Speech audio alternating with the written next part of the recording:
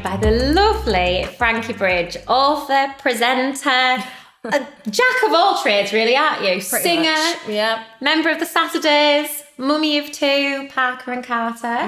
Thank you for joining me. That's all right. Thanks for having me. So lovely to have you. So I've just been reading your book. I read it in probably the quickest I've ever read a book, and also probably the first book I've ever finished. Thanks. Me and Danny aren't really readers.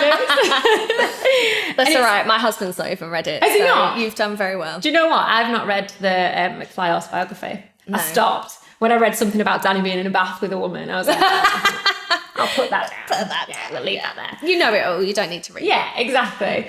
Well, actually, no, I don't think I do know it all. That's the problem. I'm like, I don't want to know it all. No. I'll leave that. But it's amazing. Actually, I welled up quite a few times because obviously we knew each other back when you were probably Yeah, at my at your worst. worst. Yeah. And I had no idea. I messaged you, didn't I? I was like, I'm so sorry. I didn't know. No. And you obviously, hid it super, super well, which is a big thing that you talk about in your book, that you kind of had these two Frankies almost, didn't you? The one that was, the anxious, depressed one, and then the one that was Frankie from the Saturdays that, went and performed and put on a front almost, the I'm okay. Yeah. So going to you being hospitalised, which was I have no idea. I did not know this. Didn't you? No, I did not know this. Oh. Obviously didn't read, because you said it was they ended up being in the news. I obviously wasn't reading the news at that point. I don't often read the news. But yeah, I didn't know. So when I was reading this in your book, I was like, oh my gosh, I did not know that you had, got to that point. So tell us, if anyone's not read your book, a little bit about kind of what happened and how you realised you needed to go to hospital. Yeah, I think I just got to the point where I couldn't cope with everyday life anymore. So I was just crying all the time. I'd felt like I would have been better off Dead. than being here, and everyone else would have been better off without me. But I was still having to work at the same time. You still was full floor Saturdays at that point. Yeah. And you were with Wayne, weren't you?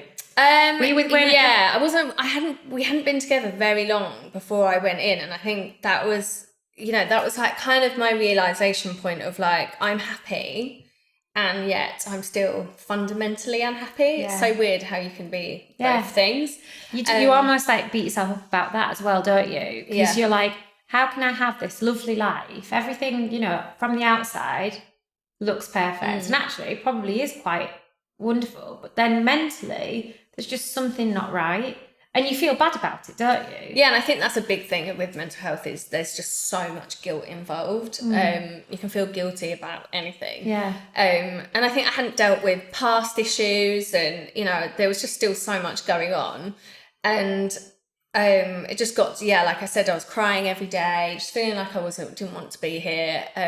And just in the end, Wayne was like, we need to do something about this. Yeah. So he rang my GP, and she's the one that introduced me to Mal and Mike. And I'd been seeing Mike for a little bit, and he was like, look, the only way for this to get properly sorted is for you to take the time out to go and sort it properly. And had I not have been in the Saturdays, I might not have ended up in hospital.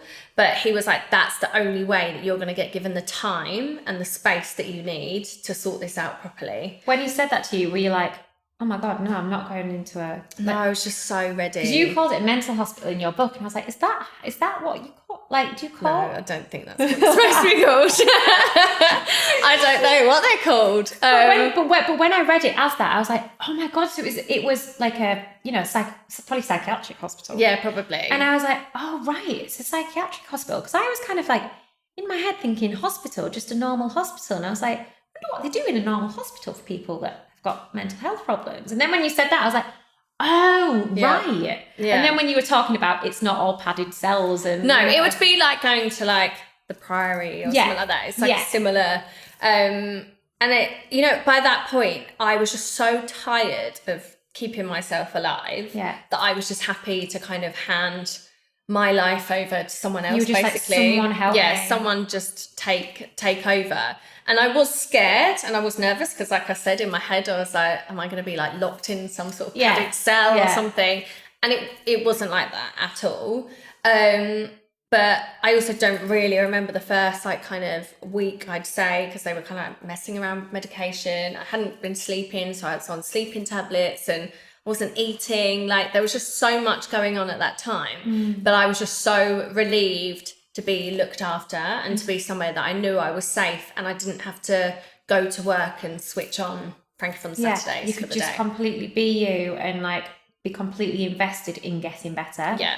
I think that's it. Like you go through stage of being like, right, I'm seeing a therapist, I'm seeing, I'm getting my medication, but you don't have that time to just switch off and like just not have to answer to anybody or do anything. Like doing anything, because that's one of the biggest struggles, isn't it? Just doing stuff. Yeah. Just trying to be a person. Yeah, and I think that's when you know it's kind of too much, when you just can't even, I always say that even breathing became an effort. Or like when people message me and they're like, feeling rubbish, I'm like, look, take the small wins. Some days you have to take those, and that's showering that day or getting up from your bed and going downstairs to the kitchen or walking to the shop. Like sometimes those small things you have to just accept that that's all you're going to achieve that day, but it's still an achievement. That's really, really important for people, like anyone listening to this that is dealing with something like that. Just those are achievements, because I think people don't see those as achievements. They wouldn't be like, me just showering is an achievement. No. Or me not like sitting in bed all day is an achievement. But it is like it's such a massive thing for somebody that's going through something like that.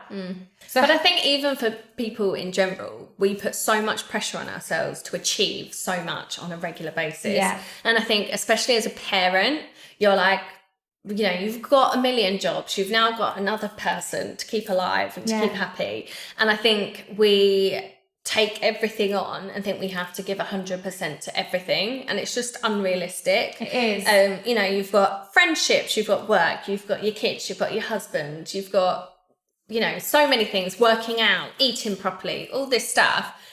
And we think we have to do it all and we have to do it every day. Yeah. And I think just sometimes you've just got to be like, look, we're both happy and healthy today, and that's enough. If we've sat and eaten chocolate all day and watched telly, that's fine. Me and my friends have that chat, because like my friend sometimes goes to me, God, I've been a terrible mum today. My kid's just eating crisps all day. And I'm like, that's not being a terrible mum. That's like just you just having a bit of a lazy day. Yeah. Like that's okay. It's fine. Like there's days where I would probably just eat crisps all day. And that's what I always say. I'm like, we have days as adults where you don't want to go and see friends today, or you don't fancy working out. And then like with our kids, we're like, you've got to go and play in the garden, and you've got to go and do this. And some days you're like, maybe he doesn't want to do that today. Maybe he just wants to chill and watch TV all day. Exactly. And like that's the thing, there's so much pressure from society. Like you need to cook all their meals for them, and you need to not give them much screen time, and you need to get them in the fresh air all the time. And I mean, those things are good, but they're not the be all and end all of being a good mum or a good dad. It's just, but I think we're pressured to feeling like we have to do all those things. Yeah. It does amaze me with like the mum world. It's like there is so much support and people can be so lovely, but there is also just like this like real dark, judgy side. And I think, look, we're all judgmental. Like, I'm not going to sit here and say I've never judged anyone, but I keep it to myself. Yeah. Like, I would never go out of my way to say it to someone. And I just think it blows my mind that there are still women that want to like bring other women down about parenting or anything.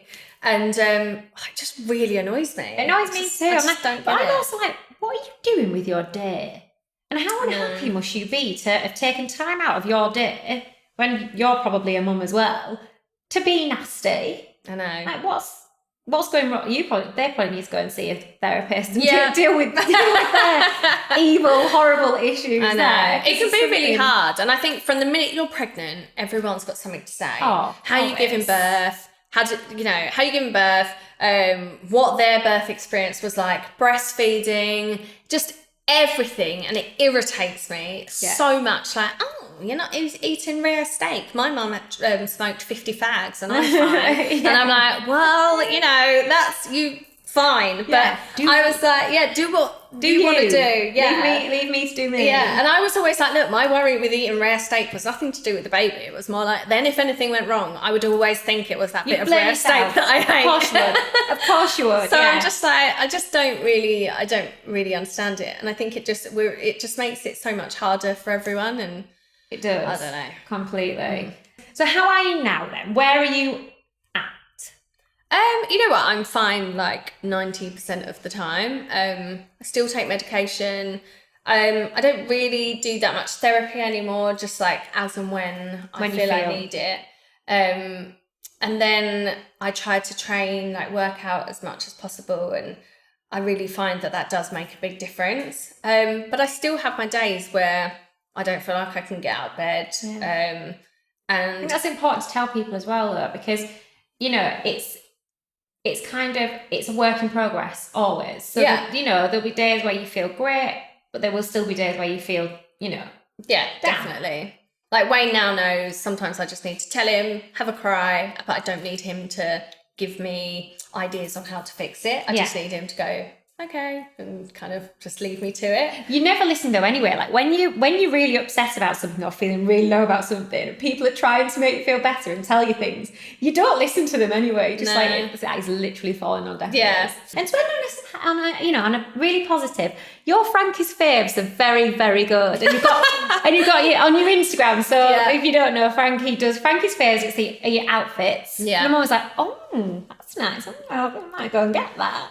And you started doing it with your sister as well. Yeah, so it's just something I started a while ago, just kind of like picking my favourite things that are in the shops like that week or whatever.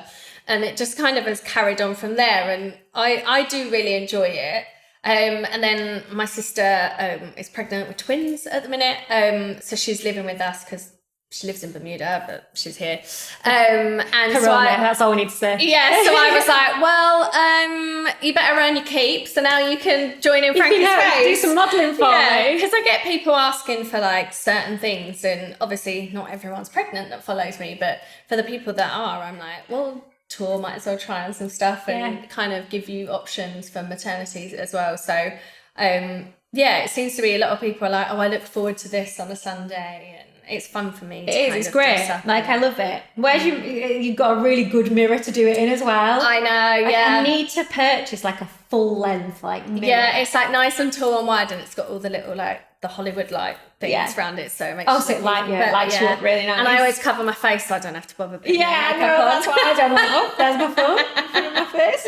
Yeah, so it's just a bit of fun, and I think during lockdown as well, it kind of kept a bit of like routine. It did, and lots of people were doing online shopping, so it's like, I know. I mean, you just about bankrupt me. I was like, well, thank you.